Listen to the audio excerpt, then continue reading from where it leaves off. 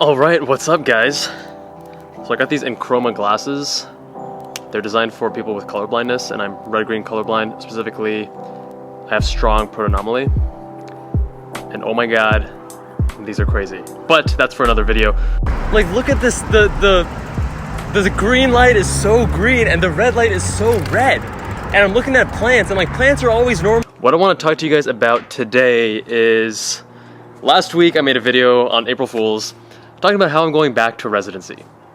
Most of you realized that it was a joke, and a few people I don't think got to the end of the video where I explained that it's April Fool's, and they think that I'm actually going back to residency in Taiwan, which is actually not the case.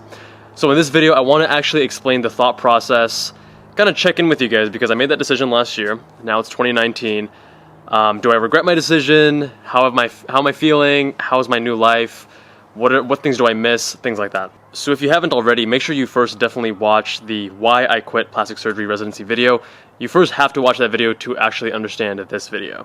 Now in that first video, most of you were surprisingly supportive. 90 to 95% of people were overwhelmingly supportive, which was awesome, and thank you. And there was a small group of people who really did not like my decision, and they just thought I was an idiot and that I'm going to regret this, and they just couldn't comprehend why I would do such a thing, to quit plastic surgery residency. So I asked on Instagram to those people who were very anti, this decision, why they felt that way. And I saw some common themes in terms of the responses. So I'll be addressing those concerns and those ways of thinking at the end of the video. Now let me first start by saying I am not trying to convince anyone. So if you think I'm an idiot, go ahead, keep thinking I'm an idiot. That's totally fine. The reason I'm making this video is to hopefully demonstrate a different way of thinking, because oftentimes I think a lot of us get stuck into this fearful way of thinking where we're not as rational as we think we are, and therefore we tend to inflate the risk of something without truly understanding the pros and cons of each option. I hope that at the very least this can help teach a different mindset, a different way of thinking that helps to break away from that more fearful and limited mindset. So first off, let's start with the things that surprised me. So the first thing that was a big surprise was how people that knew me on a personal level, how they responded to the news. So residents, overwhelming majority of residents, I can actually count on one hand how many residents did not have this reaction. Overwhelming majority of residents said something along the lines of, I wish I could do the same, you're lucky, I'm jealous, something along those lines. Most residents are not excited by residency. Residency is tough, attending life is different though, right? So I asked some attending mentors, and these are people who are both inside of and outside of surgery, and also different regions, West Coast, Midwest, East Coast, and in the South as well. And that was also pretty surprising because the expectation I had was that attendings are living the dream. The reason that we go through pre-med and then med school and residency and fellowship is to become an attending, right? Be an attending physician, complete your training, be completely independent, and done with that stuff. But even amongst the attendings, I thought that I would see more of them say, oh, like medicine is amazing, why would you ever want to leave this? And there was more of a mix of responses, but even then there were a lot of attendings that said attending life isn't what they were expecting, and that based on the information I provided, so I had some preliminary numbers, some other information about my option of entrepreneurship, several of my mentors said that seemed like the better option based on how they knew me, based on the information they had gathered, based on just a lot of different things. So that was a big surprise. Some other things, number one is I don't miss it nearly as much as I thought I would. I thought that I would face days or weeks or at least moments where I'm like, oh my god, I should have stayed, oh my god, I regret it. And I haven't had that at all. Not a single moment, which gives me more confidence in my decision. And part of that is actually related to this last thing that surprised me, which is the complexity and beauty within entrepreneurship is very much underrated.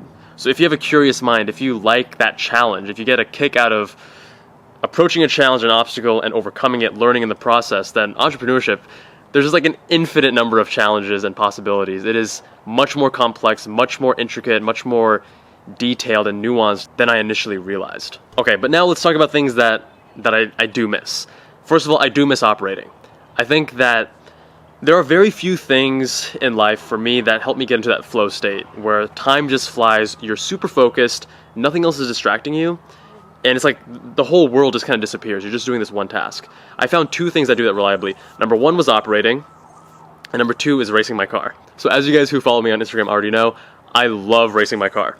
And getting into these flow states is one of the most rewarding experiences in professional or even personal life, really. So I do miss getting to that flow state when I was operating. It was more common to happen when there was a significant challenge. So when I was a med student and I would practice suturing, I would get into that flow state much more readily. But by the time I was a resident and I had been doing suturing, like, I practiced much more than the average med student or resident would. But by the time it became more automatic, I would only get that rush and that flow state when I was doing something particularly challenging. So I remember doing one half of a blepharoplasty. That's where it's a procedure on the eyelid, and the eyelid has some of the thinnest skin in your body. So it's extremely challenging from a technical standpoint. And I remember doing that and having that feeling again of, oh my god, this is so challenging, this is so exciting, this is so, like, I was so focused. So I almost feel like within surgery, that constant challenge and moving up to more and more complex and nuanced and difficult procedures was an important factor in achieving that state. And I'm not sure if there's a certain point at which you no longer get it as often, because so after blepharoplasties, then you go to something else, and then you eventually end up at microsurgery, which is the most technically challenging surgery out there. You're essentially connecting vessels and nerves with microscopes. It is, again, sci-fi. So once you get to that point, I'm sure you do that for a couple of years, and then it becomes second nature as well. But anyways, I digress. Another thing I do miss are the people. I love surgeon personalities. I feel like they are very much my people. I'll let you make of that whatever you will. And in terms of the people I was working with, I do miss that camaraderie. You know, residency is tough. It's not easy. And there's a shared struggle when you are in residency, and that brings you closer together. And I do really miss some of those very close relationships and bonds that I was forming with my co-residents. Okay, now the things that I don't miss. So this one actually very much surprised me. I thought that interacting with patients and having this, physician-patient interaction, this relationship, which is extremely rewarding, I thought that I would miss that a lot more, and I actually haven't. So that relationship was actually a big reason for pursuing medicine. It is extremely rewarding, and again, to be the happiest in life, as I stated in that first video, it's about helping others. Not from I'm not trying to be on some moral or ethical high ground or anything like that. From a purely logical perspective, the best way, the most logical, rational way for you to be satisfied with your professional work is actually to help others. So that patient-physician relationship is a huge part of that. But the surprising thing is, even with what I'm doing now, I'm still getting a very similar relationship. It's not physician-patient, but it's like mentor-mentee. Or it's something similar where I still have very deep, profound interactions with people where they open up and they share things that they maybe wouldn't share with the outside world, and I'm able to actually help them and leave an impact, and that is tremendously rewarding. So I wasn't really expecting that with this new career path. I didn't think that I would be able to find it as readily, and I only imagined that getting bigger and deeper and growing larger from here. Okay, so other things I don't miss, the long work hours. So again, surgical residency, you're working 70, 80 hours a week, then you go home and then you study for tomorrow's cases, and then you also need to spend time preparing for the weekly conference because every couple weeks you have to present something. So the hours I was working on with residency, plus then doing Med School Insiders, plus doing Blue Link, I definitely don't miss that level of grind. That was just not healthy, in all seriousness.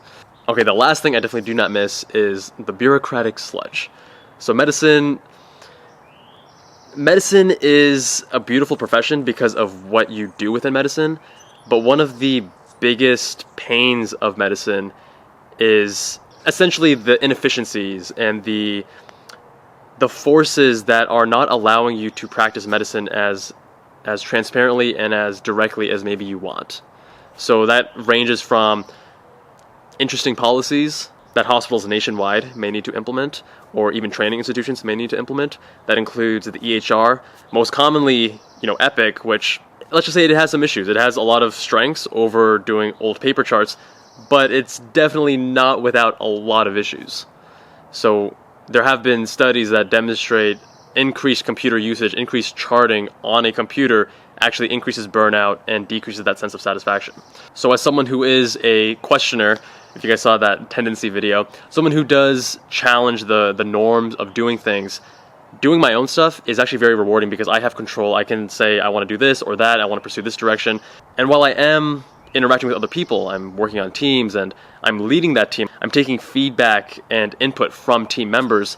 At the end of the day, there's just so much less of that inefficiency, and I feel much more in control of my own destiny and my own life. Okay, so final question. Am I going back? Short answer, nah. So first of all, let's get some of these really quick things out of the way. If I wanted to go into plastics, I couldn't, because it is one of the most competitive specialties in the US. It's either number 1 or number 2 hardest specialty to get into, depending on the year and the data set. Therefore, they're not going to take someone that was in residency, quit, and now wants to get back in. They have such a broad pool of very qualified, very, kick-ass applicants, so they wouldn't take me. So then people ask, why not do something else? There are a lot of really cool specialties out there.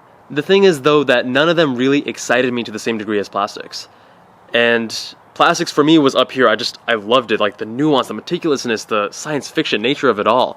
I really loved the complex reconstructions. Again, nothing against other specialties. There are so many other really cool, really exciting specialties, but they don't appeal to my personality the same degree that plastics did. So for me, that would be a huge step down. So I just don't feel the need to compromise on that.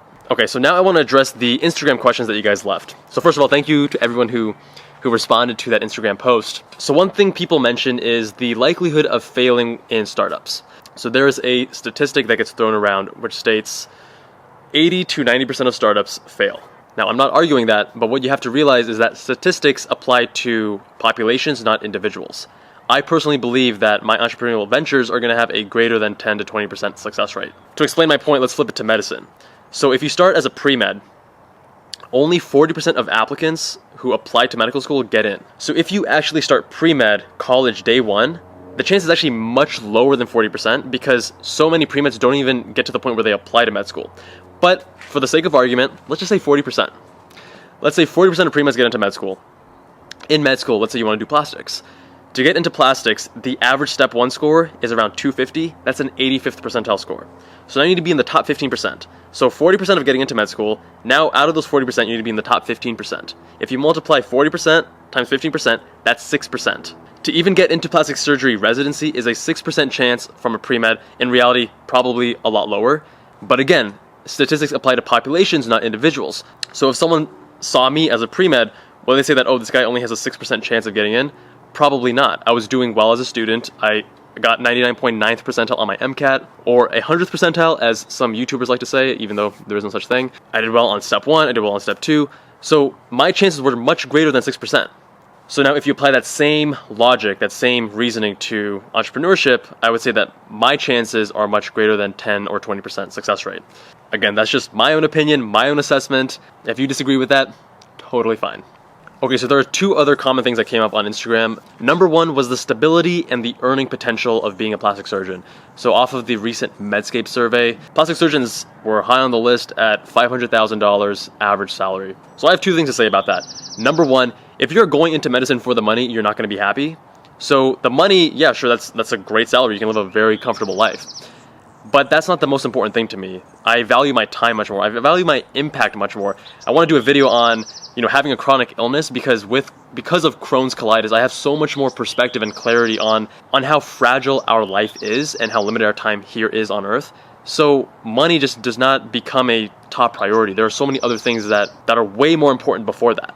But the second thing that's even more interesting is that you can actually make way more money in entrepreneurship. Because I'm not saying that every entrepreneur makes a lot of money, but with medicine as a clinician, you're exchanging your time for money. So you get paid based on the amount of work you do in terms of procedures or patient visits, things like that. So there's a cap on your time, and that's why most physicians have a pretty narrow range in terms of how much they make. But with business, with entrepreneurship, there's no guarantee you're going to get even past 6 figures a year, right? But there is no upper limit. If you start multiple businesses, if you scale them and automate them, then you can actually make way more than a physician ever would. So am I going to get to that point? I don't know. But I will say that Med School Insiders, in its first year, has done a lot better than I was expecting. And a big part of that is because I'm following these principles and systems that I think are going to lead it to being successful. So if we're really offering a lot of value to our customers, if we're making them happy, and our team is also really happy working for Med School Insiders, then it just snowballs. And at the time of this video, I'm pretty sure we have 100% 5-star ratings from previous customers because we're really focused on providing value and making people happy. So if you take that same mindset and that same philosophy, apply it to other businesses, I think those other businesses are also more likely to be successful. And the last thing that comes up is essentially you threw it all away. Sunk cost fallacy. So based on you doing X, Y, and Z, spending this number of years and this much money doing one thing, why would you stop that path of moving forward? Why would you go do something else? So there's a reason this is called the sunk cost fallacy, because it is human nature to do this, but it does not lead to sound, logical, rational decisions. And in fact, I'm actually using that previous experience very much with my current endeavors. So with medical education and medical technologies, having an MD, having clinical experience, doing really well and matching into a hyper-competitive specialty does lend to having more credibility and actually more experience and offering more value through these various entrepreneurial ventures. So guys, I hope that video helped clarify some things. If you do have any other questions about my decision or my life now, let me know down in the comments below. If you want to participate in upcoming Q&A sessions, make sure you're following me on Instagram at KevinJubalMD and at MedSchoolInsiders. And that's a wrap, guys. I will see you in that next one.